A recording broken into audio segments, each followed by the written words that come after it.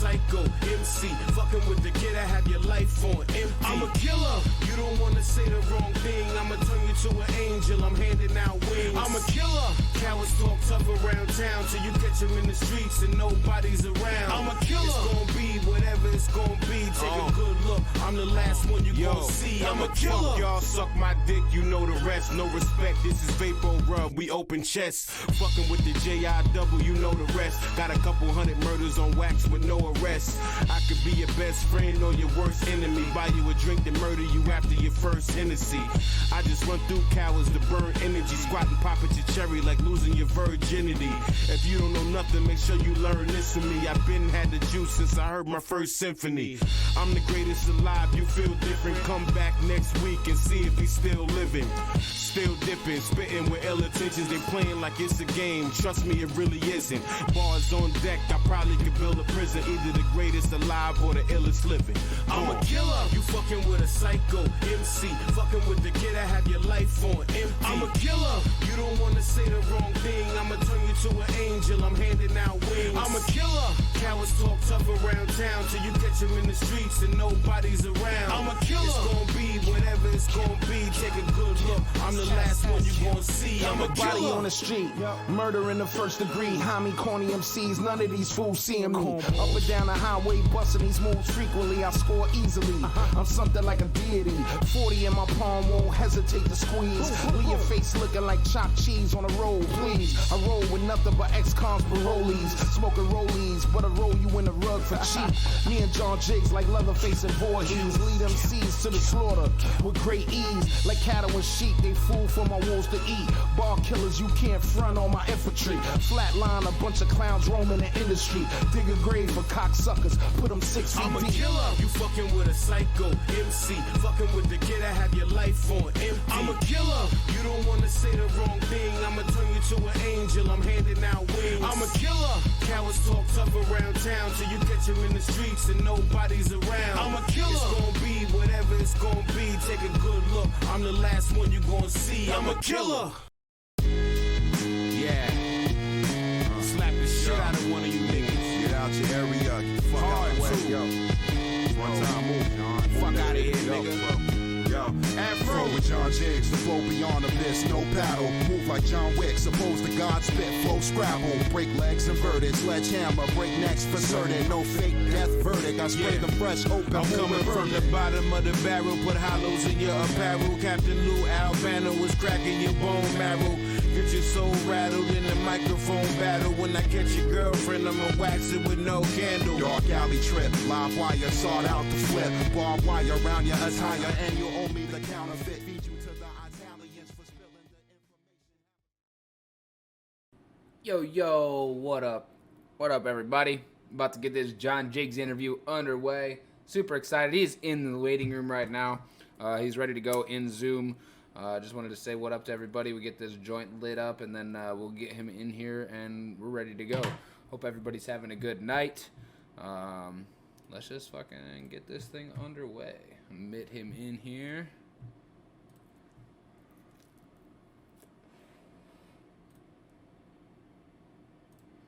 Yo, can you hear me? Yo. How's it going, man? What's the deal, bro? Chilling. Nice to meet you, bro. My name's Nate. John Jiggs, man. How you, bro? Oh, man, I'm doing well tonight. Just got done listening to a bunch of your music, man. That's how I get ready for all the interviews. Always bumping the music for at least an hour. So, cool. Thank you, man. It's good, bro. Everything that you've had out, everything I've listened to is just so replayable, bro. It's awesome.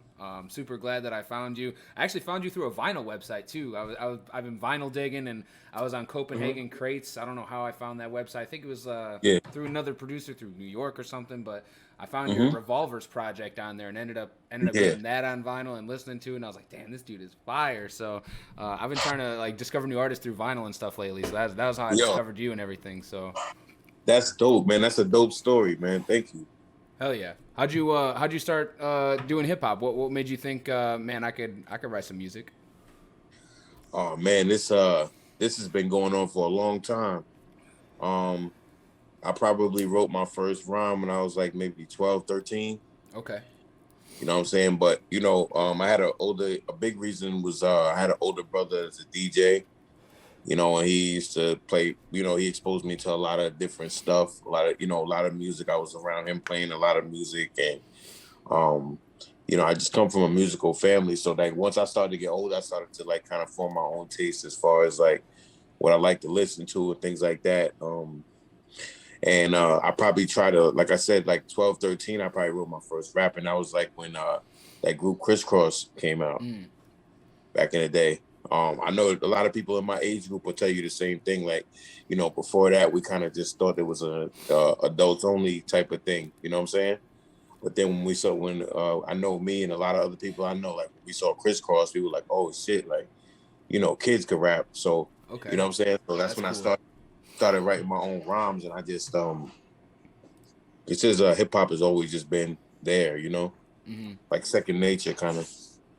That's cool. Are you staying now where you're originally from? Like, have you been in the same area your whole life? Nah, I live in Atlanta now. Okay. Where are you originally from? I'm born and raised in New York, but I've been out here in Atlanta for like the past couple of years. Okay. How you liking it there compared to back home?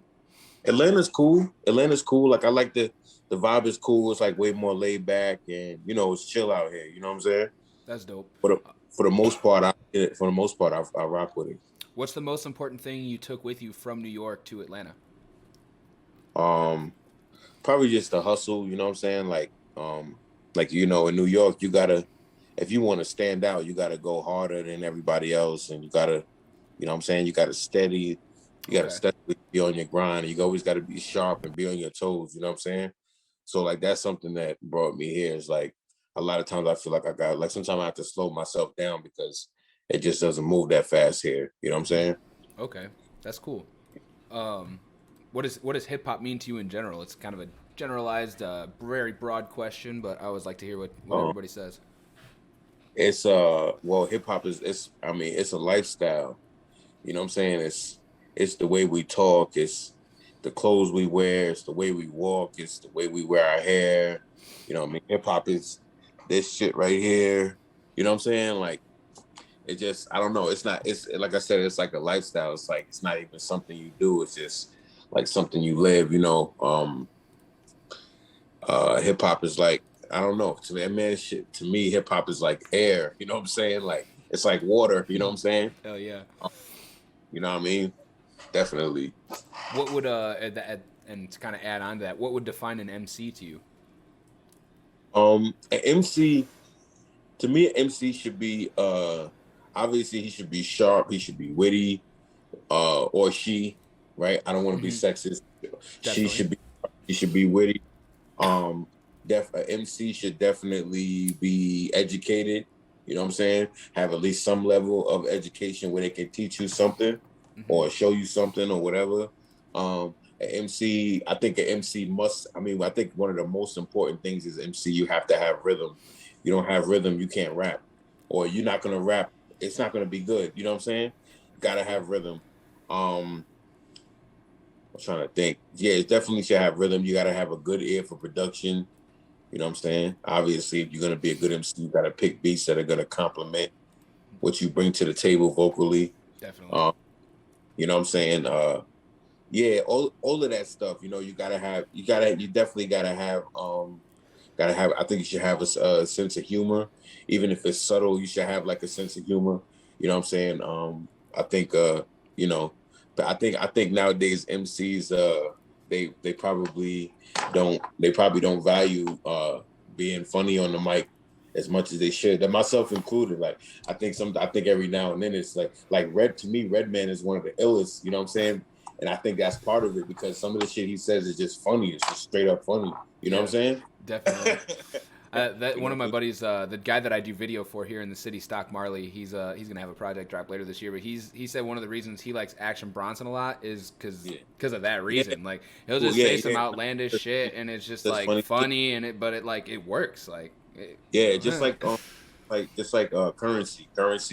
You know what I'm saying? Currency. He says funny shit. Lil Wayne's. He says funny shit. You know what I'm saying? Definitely. I think it definitely helps. I think those type of things stick out in people's heads, when it comes to lyrics and shit like that, Man, That's why I like asking like the same questions over and over again sometimes, because that's the first time anybody's ever mentioned like a comic aspect or like Yeah, the yeah, funny yeah. aspect No, to if the you think MC. about That's it, such a fire answer, man. if you think about it, all your like all the MCs that we consider like the top MCs, they all like have some level of like a sense of humor. You know what I'm saying? Even as smart as somebody like Nas is, you know what I'm saying? Like as intelligent as he is, there's still some comedy in there. You know Yeah. what I'm saying? You listen to it, like look, I mean, just look at what he did on Ether, you know what I'm saying? He's obviously got a sense of humor, you know what I'm saying? Definitely. That's awesome. So throughout the interview, I like to ask. There's 4 questions that I have that are kind of tied into my brand to introduce you to Mm-hmm. Talkin' Truth a little bit. Trees are very, very prevalent. I got a huge one behind me. The Mm-hmm. Talkin' Truth tree is in the logo itself, and there's Mm-hmm. 4 parts to it. There's the roots, the body of the tree, the branches, and then the leaves. Each part Mm-hmm. represents something pretty important in my life. The roots, we'll start there, represent your core values. They hold you down as a person. They keep you grounded. So what Mm-hmm. are a couple of your core values that you hold near and dear to your heart? I would definitely say like integrity, you know what I'm saying? Honesty, just being a good person overall, you know what I'm saying? Uh just creating good karma for yourself, you know. Like I said, honesty, not being like a slime ball and doing greasy stuff, you know, that never ends well for people. You know, it might work for a little while, but it never ends well for people. That stuff always catches up with you. Um hard work, definitely hard work. Like, you know, I come up in a single parent home. You know, my mother, she worked 2 3 jobs to take care of me, and we were poor, but I always, you know, she always somehow figured out how to spoil me. You understand what I'm saying? Like, we didn't have shit, but she still made sure I had like all the Yeah. cool shit or whatever, Nintendo and all that crazy shit. So I watched her work hard. Like, she like without even saying it, she just, you know, she taught me that like whatever I wanted, you know what I'm saying? I had to, like, you have to put in the work to get it. You know what I'm saying? It's not, you know, she spoiled me. I don't know. Like, she like, when I think back, like, she really pulled it off pretty well because she spoiled me, but still somehow taught me about hard work at the same time. You That's understand awesome. what I'm saying? Yeah. So, like, even though I got stuff, it was like, I had to see, like, I had to see I had to see the work that went into it. You know what I'm saying? Yeah, It wasn't like, definitely. oh, it just appeared one day and I have this new toy or whatever. You know, it was like we actually had to like save up and make that happen. You know what I'm saying? So Hell yeah. Do you think that like tied into how you learned later in life? Like, because for me, I'm a more of like a hands-on person, so you were able to see that and see what came to fruition. Is that kind of how you see your music coming to fruition a little bit more? Like, were you more hands-on and trying to like like making the beats, or like be involved while the beats are being made, or like how do well, you say that correlates to your music at all? well, I would say, I mean, just as far as hands on, I mean, not so much with like the beats or like the production side, but like Mm-hmm. I noticed that my career, like once I took, because I, you know, I started off my career with like a couple of indie labels and stuff like that, Mm-hmm. and was kind of just doing the music and letting them handle all the other stuff, Yeah. and that didn't really work out for me because when I really started to see results and really started to see my profile of my career get better, it was when I took control. You know what I'm saying? Yeah. Once I started my own company and started doing my own Hell yeah. distribution, started, you know, putting my own projects together and doing my own PR work or hiring my own publicist. I mean, I can't do everything by myself, but I try to keep my hands in as much stuff as possible, you know?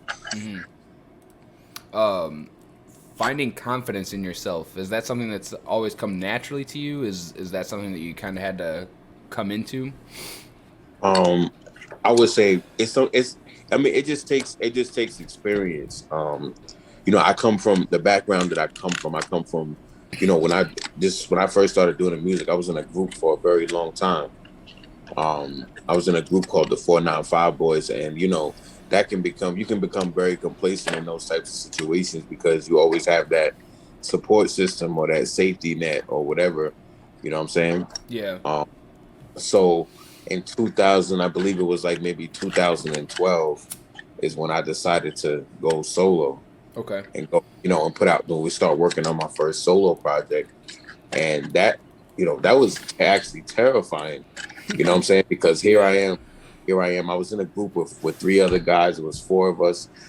Before when I put together a song, I maybe had to write 1 verse, possibly a hook. You know what I'm saying? And the song's done because I got 2 or 3 other guys who want to get on the song too. Yeah. You know, when it came down to even recording the project, you know, I had to write, you know, 7, 8 verses for a whole album, or 10 verses for a whole album. Yeah. You know, and so it wasn't like, you know, it wasn't. I didn't have as much pressure on me, or even like on stage performing. You know, I got even if I do some stupid shit and I mess up, there's 3 other people there that they can kind of take the attention away from me. You know what I'm saying? Definitely. But once I decided to go solo, it was pretty terrifying. I was scared. I didn't know what was gonna happen, and I had my first show it was this place in New York City, right off of Times Square. I think it was tobacco. There was something tobacco, like Tobacco Run or Tobacco Bar, or so it was called something like that. And that was like my first show, my first solo show that I ever had was at this place. And you know, I was super nervous and stiff. You know what I'm saying? But you know, after a while, I kind of worked the kinks out, and I started doing more and more shows and doing shows by myself, and got comfortable with being up there all by myself. You know what I'm saying? And not hype man or having anybody else. And after a while, you know what I'm saying? After a while, I figured it out. And you know, like I tell you, it just takes the more. It's like, you know, it's like anything else. Like at first, when you're riding a bike, you're probably gonna be like a little shaky or whatever. But once you get it, you know, in a couple of days, you're whipping up and down the street. You know what I'm saying? Yeah, definitely. Yeah. Because you can come. That's awesome. The last project, The Madness, that you put out, what was the idea behind that, and how did you put that all together? Well, you know, we have been the whole thing with that is just you know, first, I mean, what starts it out is just me and BP, us both in quarantine. You know, things had slowed down for both of us, so he reached out to me and was like, yo, maybe we should try to do something. And we, you know, it was perfect time because there wasn't really a lot going on. There wasn't a lot of touring. There wasn't a lot of, you know, radio interviews and promo, you know, my normal promo runs I don't have to do, whatever. So, you know, we started to email some stuff back and forth first. And the music was okay, but it wasn't coming across like it didn't have that vibe to it that we really wanted. So I just decided to come up to New York for a few days. Okay. And we locked in the studio and we pretty much did the whole thing in like 2.5 days. Damn. Yeah. And I mean, the whole concept behind The Madness was like, well, pretty much, you know, we had all been like kind of locked up in the house, and it's just been, you know, this whole pandemic thing has just got everybody on edge, and, you know, everybody's losing their jobs and losing their homes and all this other crazy stuff. And then on top of that, you got all of the different riots all over at these different cities from the police brutality. And it just seemed like at one point, it just seemed like it was freaking Armageddon. It was just about to be over, like, you know, whatever. So that's where I kind of came up with the idea of The Madness. I feel like that's what we've all been experiencing, even whether you're like outside and you're doing it, or you're just like sitting there watching it on your television. It's like, it's still madness. And you know, we've gotten to the point now where we don't even like, you know, everything is touchless this and touchless that. And, you know, pretty much don't even like human interaction is like very scarce nowadays. So I always knew that this day would come, but I just didn't think it would be so fast. You know what I'm saying? Yeah. That's pretty crazy. Yeah. It's a lot different. It's a lot different from like, if you grew up like in the 90s or the early 2000s, it's totally different, you know? Yeah, it's definitely wild. Did you have a favorite song to make off that project? Was there one that stuck out to you? Like, damn, like that was it. I would have to say The Madness, the title joint with Afro. That was the most fun to make because we were there in the studio together and we were just kind of feeding off each other's energy. You know what I'm saying? And, you know what I mean? We just got smoked out and we just started like a bunch of really cool shit to say. And it just, I don't know. I thought that song right there really, to me, captured the whole vibe of the entire album. It really like, you know, I just feel like we nailed it. You know what I mean? Definitely. It's definitely a vibe. The whole project is a vibe, but that one definitely stood out when I was listening to the whole thing for sure. Let me see. Who are some of the artists that you're moving off of now, or who's some of the guys that you're like, okay, I like how he's moving. I like how he's doing his thing. Is there anybody that you're inspired by at the moment, or that's helping you move in a certain way? Well, I mean, just if we're gonna, I would say as far as like the moves they make and what they're doing artistically, what their contributions to the game right now, I would say like Freddie Gibbs, Definitely. Currency, Benny the Butcher, Conway, Rock Marciano. I would say, yeah, definitely West Side Gun. Yeah, I mean, I've been listening to a few people, 38 Special. You know what I'm saying? I think all those guys are really, they're making great contributions. Like even Rome Streets, you know what I'm saying? I think they're making great contributions to the culture. Flea Lord, you know what I'm saying? People like that. Ito, can't forget Ito.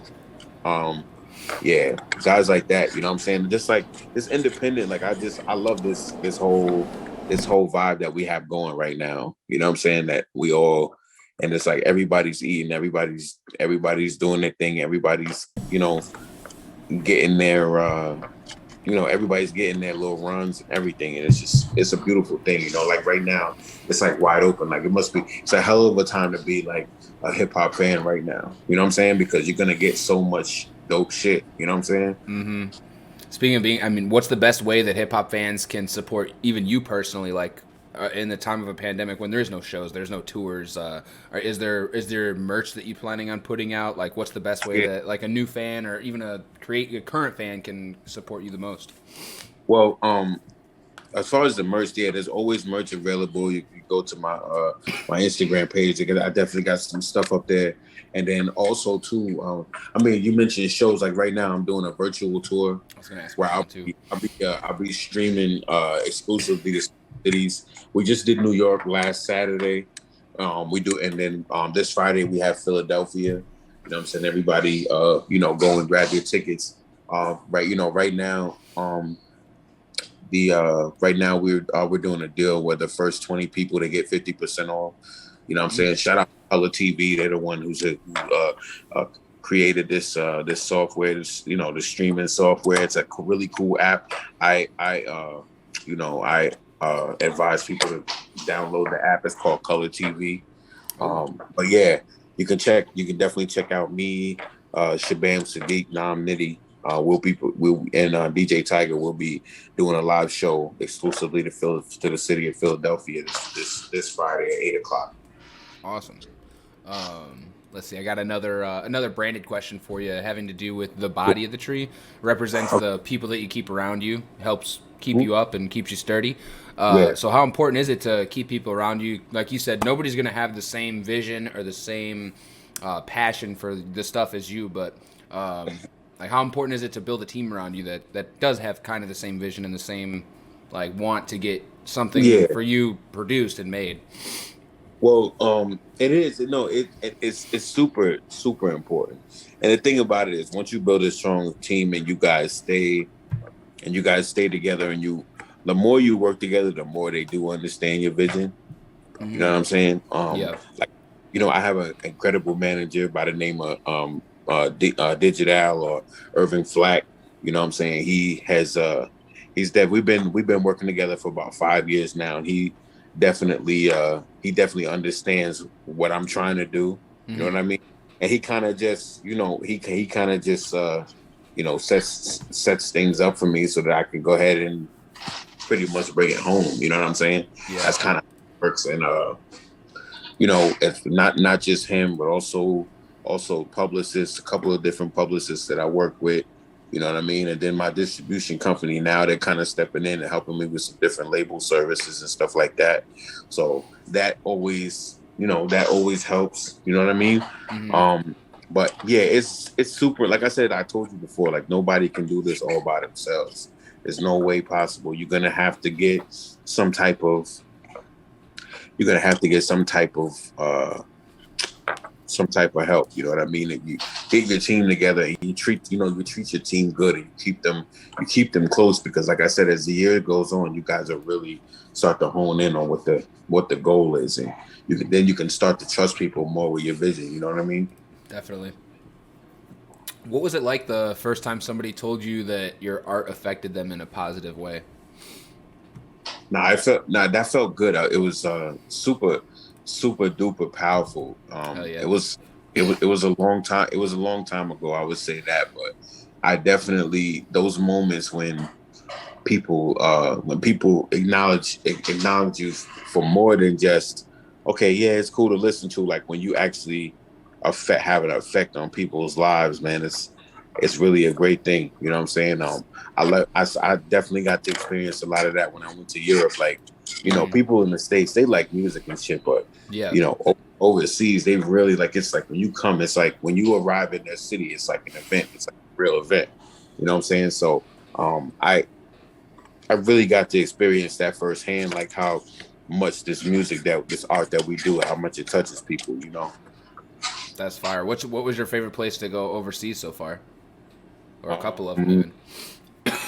I would say probably Copenhagen, Denmark. Okay. Yeah, Copenhagen. It was just a really, really nice, like, you know, fast paced, big city, real clean. You know what I'm saying? They and this, you know, from what I hear, it's like a really expensive city to live into. You know what I'm saying? But you know, I just like the vibe there. You know, we were there for a couple of days, so we got to experience like all different aspects, nightlife, okay, everything. So that's what I think Copenhagen was a really nice place to go. And then I probably had one of the best shows I've ever had. Oh, excuse me, I'm sorry. I probably had one of the best shows I've ever had in my life in Copenhagen. Like, literally, definitely. Awesome. What would you say is your biggest strength as an artist right now? Like, best thing, your biggest strength going into the studio? I would say versatility. Okay, awesome. You know what I mean? I've always made it a point. Always made it a point to never become like a one-trick pony. You know what I'm saying? Like, I always, you know, I'm not gonna do anything. I'm not gonna make any music that's like not me or like outside of my sound. But I feel like the great MCs are able to you know, paint a bunch of different pictures for you, not just like one image all the time. And you know, common sense will tell you that nobody is like one way all the time. Like nobody is tough all the time. You know what I'm saying? Or no, it's, you know what I'm saying? So I think that you know, a real MC should be able to kind of move comfortably in that space where they can really be themselves. You know what I'm saying? And not like a made up character or whatever you want to call it. You know what I'm saying? Definitely. On the flip side, is there anything that you might be trying to improve on the next project from the last one? Like something you might be working on to get better? Yeah, I mean, that's what I'm for. Yeah, I mean, that's kind of like the same thing, because it's never, it's True. never, That's okay, true. that's good enough. It's always, you know what I'm saying? It's always, okay, so if I've mastered how to do this style, so let me try to figure out this. You understand what I'm saying? So that's like kind of how it is. Like I'm always like, every album that you get from me, you're gonna hear me try something different or whatever. You know what I'm saying? Hell yeah. But I think the beauty of it, you know. Do you have a like strict writing process? Do you ever like go into this? Do you always go into the studio like waiting for the beat and then start writing, or do you go in with stuff pre-written? Like how does the writing process look for you? Well, it happens all different kinds of ways. I mean, like I'll do like, I'll get a batch of beats from somebody and a couple of them catch my ear. So I'll write to a couple of them and then maybe get in the studio with them and do the rest right there on the spot. Okay. You know what I'm saying? Like, cause I like certain songs, I feel like you should take your time and sit down and write them. But certain songs, I feel like I feel like the spontaneous aspect of it is actually what makes it dope. I like to write it in the studio because when I'm in the studio and you know there's time and the time is going and I know I got to get this verse done. I don't have time to overthink shit and make it not cool. You know what I'm saying? I Yeah. feel like with the first thing that you think of when you hear the beat or whatever, I think that's usually what you should go with because that's what's natural. I think if you try to do something else, it may sound forced, or if you try to sit and perfect the rhyme and construct it like to where it's absolutely perfect, you may lose the actual raw feeling of it if you do that. So sometimes I hear a verse and I'll redo it, but for the most part, I'm like, nah, just leave it like that. You know what I'm saying? That's Yeah, kind of, yeah. you know what I mean? Because to me, that's art. Like you're not gonna do anything sloppy, but like if you hear something and it's like, well, you might hear something and want to do it better or whatever. And I think that's cool. But I think if you like I know people, like I know some Mm, artists that like they'll keep doing stay the same song over and over and over and over again because they yeah. want a certain sound and they're not getting it. I don't believe in that. You know what I'm saying? Like I believe in like you do it a couple of times and then like you may want to polish a couple things up, but like you should kind of, but don't do it too much. Like don't manufacture it, don't force it. You know what I'm saying? Definitely. And hearing you say that, just like, and thinking about all the music that I've heard so far, it just like Yeah. directly correlates because it's definitely not forced in any way, shape, or form. It sounds Yeah. very natural. Like it's fire.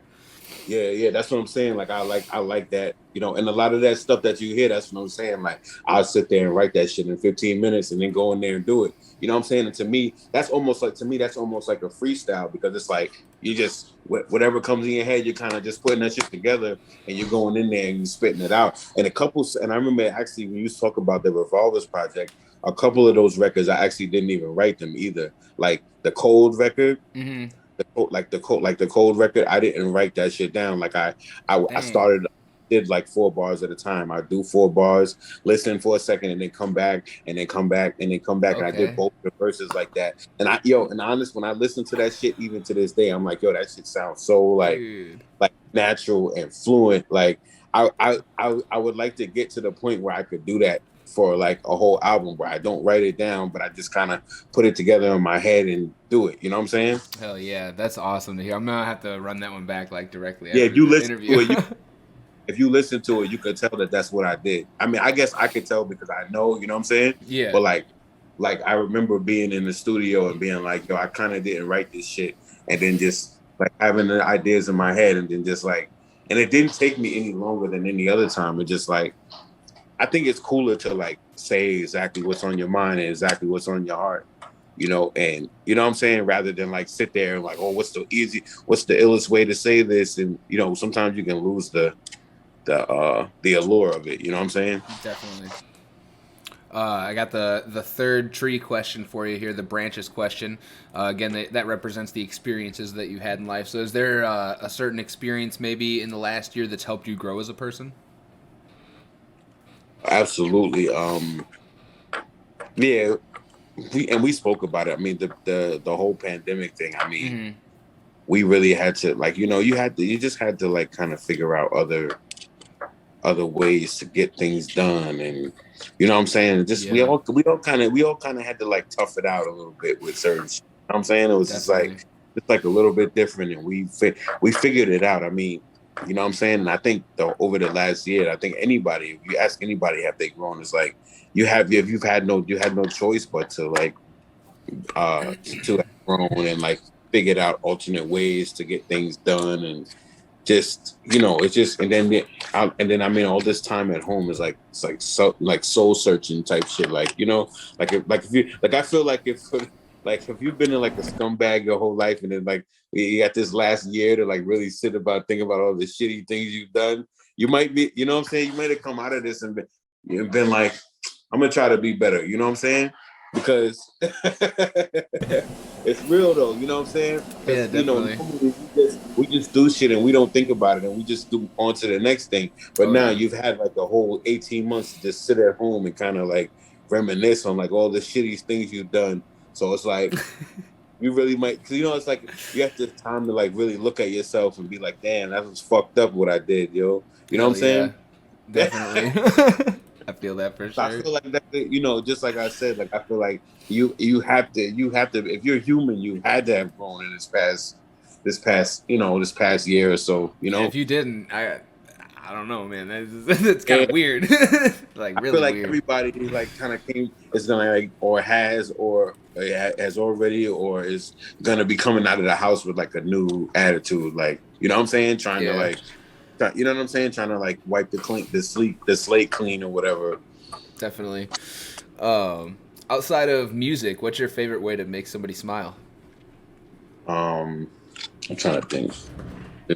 Well, I mean, for my fam, I like to do things for my family. I like to surprise my family. I like to, buy my wife gifts, surprise her with gifts, and Hell yeah. the same with the kids, and take them places that they want to go, and that kind of stuff. When the world is totally open, you know what I'm saying? I always have a lot of engagements that take me out of the house a lot, you know what I'm saying? So Hmm. when I am home, I try to make my time with my family count as much as possible. Definitely. You know what I'm saying? And that, if that means taking them, on vacation or whatever the case is, or taking them to do certain stuff, that's like, that's like my thing. And what makes me happy is that like my kids, they just want to spend time with me. Like they don't really even care about the other stuff, you know what I'm saying? So it just makes me happy, like when I come home from being on the road or whatever, because I've been already traveling again, and I've been on the road like crazy for the past month or so. Yeah. And like this feels good to, like, some people come home and nobody gives a shit, you know what I'm saying? But like I come home and my family is like happy that I'm there. That's awesome. How long have you been It's married good to for? be missed. I've been married. This September will be 7 years. Oh, crazy. Nice.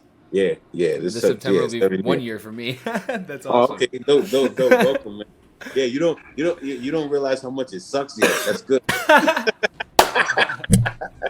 No, I'm just fucking That's with you. hilarious. It's all right. It's not that bad. It's not that bad. But that's good that you're still in that stage. The Yeah. early.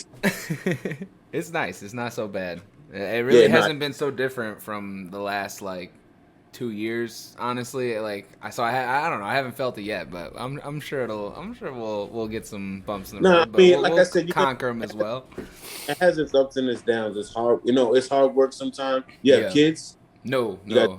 I just got a vasectomy a couple months ago. We're not having any Oh, kids. We're wow. not going that route. So That's a lot different. See, I don't even know what that's like. You know what I'm saying? yeah, Because you know what I mean. But because me and my wife have 4 together. You know what I'm saying? that's So awesome. like, That's awesome. yeah. So like, we don't even know what it's like to be together and not have kids.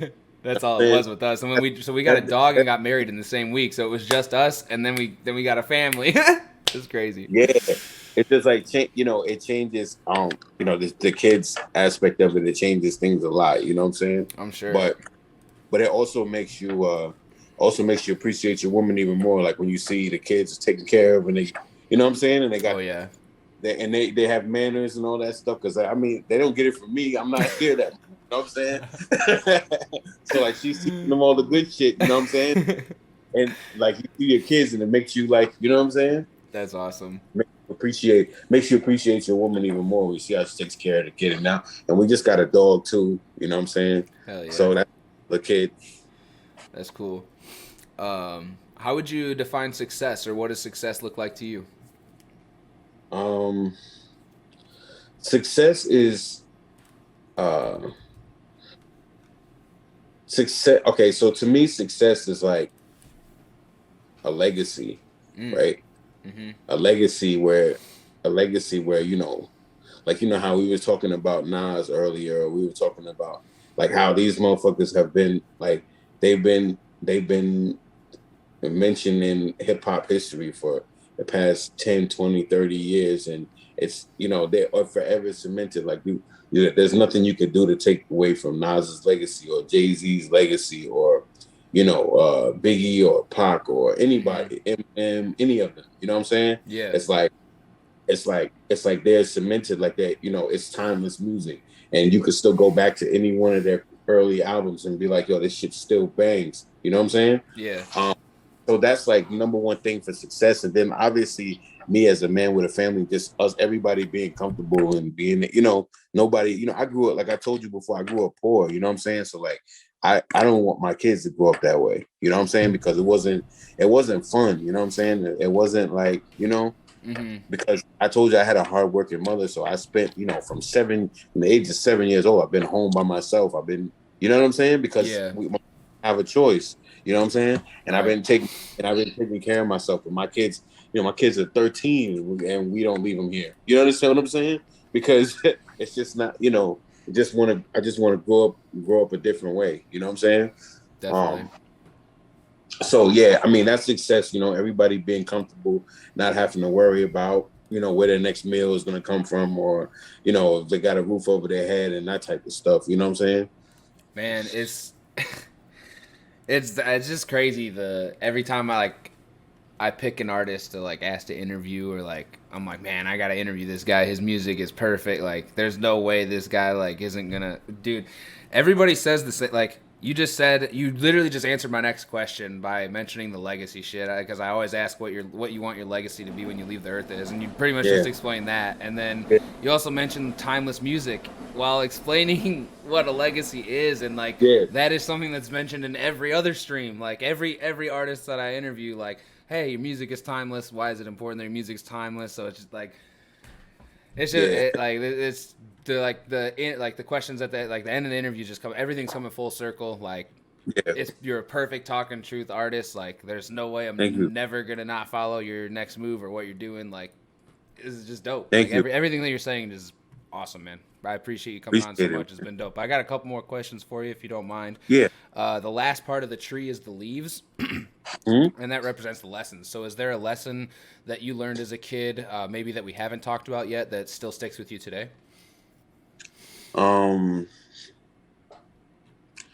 Let's see, one lesson. Well, I mean, I don't know if you definitely necessarily a lesson, but I kind of got a message. Like when I was telling you, like, when Crisscross first came out and I started writing my rhymes, I would listen to their tape or whatever. And I started like writing. Initially, I was like writing rhymes in like the same cadence that they were using, but just putting my own words into it, like using their flow and their beats and stuff like that, but then just kind of changing it to fit me. Yeah. And what I would do is I would go on the school bus the next day and I would spit these rhymes, and I used to get attention, girls and, you know what I'm saying? Yeah. The other, kids that I wanted to hang out with or whatever, you know what I'm saying? And that I just remember that like we talked about, like how like changing people's lives. Like, I don't know if I necessarily changed their lives, but I know that like I had the bus in a better mood in the morning. Like, instead of a fight in the morning or whatever, I could have everybody rocking to me rapping in the back of the bus. Hell yeah. Instead of two kids trying to freaking kill each other in the morning on the way to school, you know what I'm saying? Yeah. I could take the attention away from that and rhyme in the back of it. And once I saw like the type of power that held, like being nice on the mic, because we're talking about the 90s this time. Like, not everybody raps. Like, being a rapper at that point is like, it's like a 1 in a million thing. Or being able to rap and rap good, you know what I'm saying? Yeah. It's like 1 in a million things. So at that time, like now, if you rap, it's like, oh, okay, whatever, you know what I'm saying? But back in the day, at that time, it was like a special thing. Like, oh, he's really talented, you know what I'm saying? Yep. So once I started to get that reputation as somebody who could do that, it was like, it was like a certain, like I said, it was like a certain level of power, like notoriety. And like I said, I might be able to keep, instead of like beefing or like, some street shit, like we could rap, like we might be able to rap and settle our differences. You know what I'm saying? It was just, when I started to see that shift where we were more concerned with battling and, who had the freshest rhymes or whatever, than like, any of the, like the fighting and all that other shit, you know what I'm saying? Yeah. It was like, I kind of gravitated to that shit because it felt better. You know what I'm saying? That's awesome. Word. That's cool to be able to make a difference and like realize that you could do that at such a young age too. Yeah. Shit. Last one for you. Another one that I ask every single person. What does truth mean to you? Truth, man. The truth is 100% raw and uncut, man. There's nothing more powerful than the truth. You know what I'm saying? The truth is that, the truth is basically like, it's just what everybody, a lot of people don't even want to hear the truth. You know what I'm saying? Yep. But the thing about it is, the truth is actually subjective, because your truth could be different from my truth. Like, Word. me and you could watch the same thing happen. With me and you could be standing in the street and see the same thing happen and see it two different ways. Yep. You might say, "Oh, that dude over there, he started that shit," and then I might say, "Yo, this guy over here, he started that shit." You know what I'm saying? Mm-hmm. And it happens to be the time that you walked up or what you saw, and you're telling the truth, and I'm telling the truth. Yeah. Dang. Get That's what cool. I'm saying? Yep. But you know what I'm saying? It's just subjective. You know what I'm saying? My truth ain't gonna be the same as your truth. You know what I'm saying? But it's still that. But you still can't tell me that I'm not telling the truth either. Just like I can't tell you. You know what I'm saying? Word. Facts. That's true. Yeah. Love it. Well, shit, man. I don't got any more questions. I super appreciate you coming on tonight. It means a lot. I super enjoy your music, and it was an honor talking to you. If you ever like have another project coming on, or like want to preview some music, we do like music preview streams in here, so like people in the chat can give you some feedback or whatever. And Cool. you know, if you ever need anything, my platform's not huge or anything yet, but if you never need anything, hit the DMs, man. Let me know. That's why I built the platform, was to try to help artists like yourself that are independent and hardworking and are spreading good words. So I appreciate you, man. Yo, no bullshit. I actually got a new album coming out next month. Ooh, okay. Hell yeah. Yeah. So I'll definitely make sure you get your hands on that. You know what I'm saying? Either check it out or whatever. Word. Cool. I appreciate you. Thank you, bro. Definitely. And where you it's on YouTube and Facebook? YouTube and Twitch and Facebook. Yep. The video usually gets uploaded right away, but since I had kind of a problem with the stream tonight, I'll probably just have to like upload the video myself. But I'll just cut it up tonight and upload it so it still is there in the morning, because they usually show up in the morning overnight anyway. So. All right, cool. I'll check this shit out on. I'll make sure I subscribe, and I'll check that shit out on YouTube or whatever. Word, I appreciate it. Definitely, bro. Awesome. Have a good night. Stay safe, and appreciate you again. Have a good one, man. Take care, yo. Later. Later. Hey, that was John Jiggs. Then it's just crazy that all these fucking artists always have very similar answers, and it's just dope to see that like the guys that I listen to are very like-minded individuals. So he'll definitely have to go up on the Talkin' Truthers website on the roster. The stream doesn't have a good connection right now. I'm sure nobody is really having a good time watching it, so I'm gonna end it now. I hope you guys have a good night. If you are catching it, that's dope. The VOD, again, the video will be up on YouTube tomorrow if you weren't able to catch it, and appreciate everybody that did stop by. Later.